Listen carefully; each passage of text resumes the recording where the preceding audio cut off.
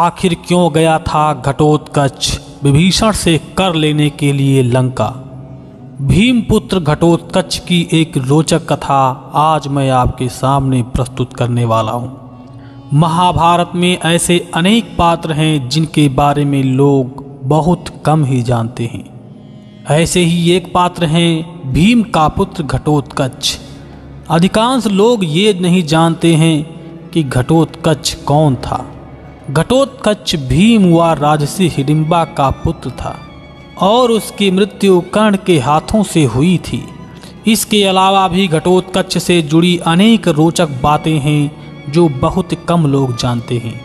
आज हम आपको घटोत्कच से जुड़ी ऐसी रोचक बातें बताने जा रहे हैं जो इस प्रकार हैं। आप देख रहे हैं अध्यात्म गुरु यूट्यूब चैनल। अगर आप हमारे चैनल को देखना पसंद करते हैं तो हमारे चैनल को सब्सक्राइब कर लें, साथ में वीडियो अच्छा लगे तो लाइक भी कर देना। महाभारत के दिग्विजय पर्व के अनुसार जब राजा युधिष्ठिर राजसूय यज्ञ का आयोजन किया तो भीम, अर्जुन, नकुल व सहदेव को अलग अलग दिशाओं में निवास कर रहे राजाओं से टैक्स लेने के लिए भेजा। कुछ राजाओं ने आसानी से कर दे दिया तो कुछ युद्ध के बाद देने के लिए राजी हुए। इसी क्रम में सहदेव ने घटोत्कच को लंका जाकर राजा विभीषण से कर लेकर आने को कहा। घटोत्कच अपनी मायावी शक्ति से तुरंत लंका पहुंच गया। वहां जाकर उसने राजा विभीषण को अपना परिचय दिया और आने का कारण बताया। घटोत्कच की बात सुनकर विभीषण भी प्रसन्न हुए और उन्होंने कर के रूप में बहुत धन देकर उसे लंका से विदा कर दिया। लाक्षागृह की आग से बच निकलने के बाद पांडव अपनी माता के साथ छिपते हुए वन में चले गए। उस वन में हिडिंबासुर नाम का राक्षस अपनी बहन हिडिंबा के साथ रहता था। हिडिंबा ने जब भीम को देखा तो उससे प्रेम करने लगी। तभी हिडिंबासुर भी वहां आ गया। युद्ध में भीम ने उसका वध कर दिया। कुंती के कहने पर भीम ने हिडिंबा से विवाह कर लिया। कुछ समय बाद भीम और हिडिंबा के मिलन से एक महापराक्रमी बालक पैदा हुआ। वह क्षण भर में ही बड़े बड़े राक्षसों से भी बढ़ गया और तुरंत ही जवान हो गया। उसके सिर पर बाल नहीं थे।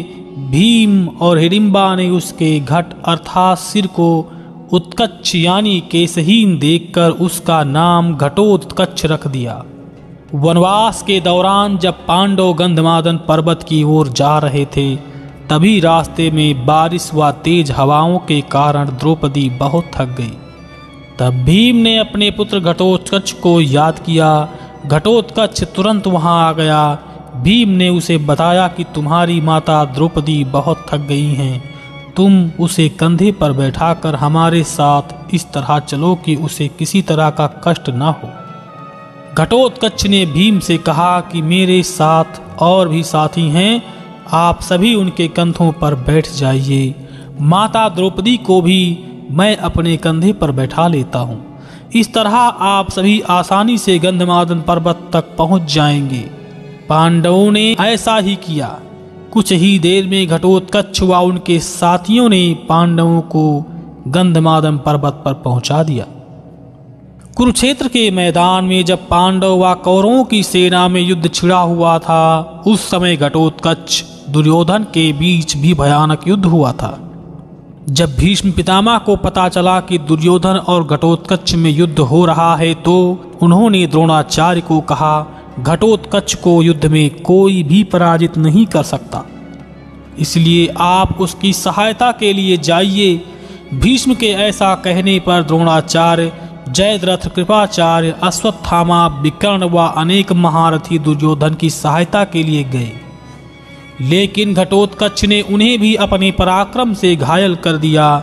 घटोत्कच ने अपनी माया से ऐसा भयानक दृश्य उत्पन्न किया कि उसे देखकर कौरवों की सेना भाग गई। युद्ध के दौरान घटोत्कच और कौरवों की ओर से युद्ध कर रहे राक्षस अलम्बुस में भी भयानक युद्ध हुआ था। अलम्बुस भी मायावी विद्याएं जानता था। घटोत्कच युद्ध में जो भी माया दिखाता उसे अलम्बुस अपनी माया से नष्ट कर देता था। अलम्बुस ने घटोत्कच को अपने तीरों से घायल कर दिया था। गुस्से में आकर घटोत्कच ने उसका वध करने का निर्णय कर लिया। घटोत्कच ने अपने रथ से अलम्बुस के रथ पर कूदकर उसे पकड़ लिया और उठाकर जमीन पर इस प्रकार पटक दिया कि उसके प्राण निकल गए। यह देख पांडवों की सेना में हर्ष छा गया और वे प्रसन्न होकर अपने अस्त्र शस्त्र लहराने लगे। जब कर्ण पांडवों की सेना का संहार कर रहा था, उस समय श्री कृष्ण ने घटोत्कच को अपने पास बुलाया और कर्ण से युद्ध करने के लिए भेजा। जब दुर्योधन ने देखा कि घटोत्कच कर्ण पर प्रहार करना चाहता है, तो उसने राक्षस जटासुर के पुत्र अलम्बुस या पहले वाले अलम्बुस से अलग है युद्ध करने के लिए उनको भेजा। इस अलम्बुस और घटोत्कच में भयानक युद्ध हुआ। पराक्रमी घटोत्कच ने इस अलम्बुस का भी वध कर दिया।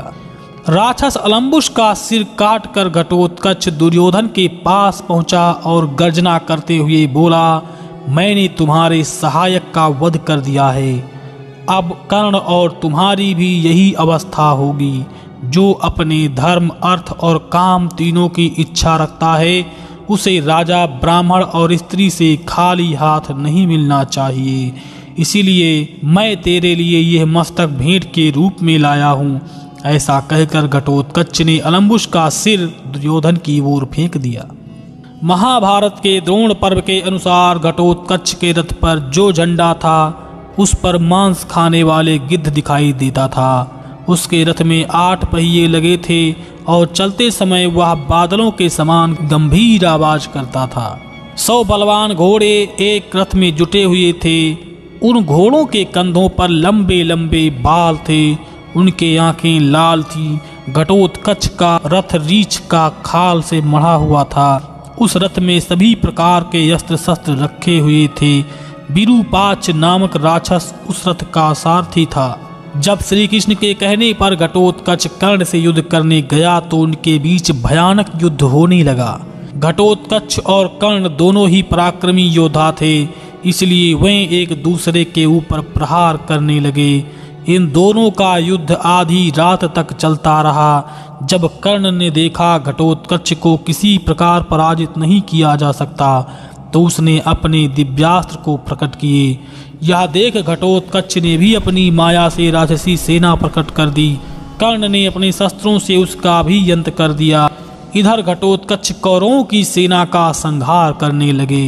ये देख कौरवों ने कर्ण से कहा कि तुम इंद्र की दी हुई शक्ति से अभी इस राक्षस का अंत कर दो, नहीं तो ये आज ही कौरव सेना का संहार कर देगा।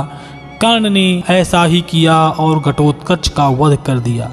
जब घटोत्कच की मृत्यु हो गई, तो पांडवों की सेना में शोक छा गया, लेकिन भगवान श्री कृष्ण प्रसन्न हो गए। अर्जुन ने इसका कारण पूछा तो श्री कृष्ण ने कहा, जब तक कर्ण के पास इंद्र के द्वारा दी गई दिव्य शक्ति थी, उसे पराजित नहीं किया जा सकता था।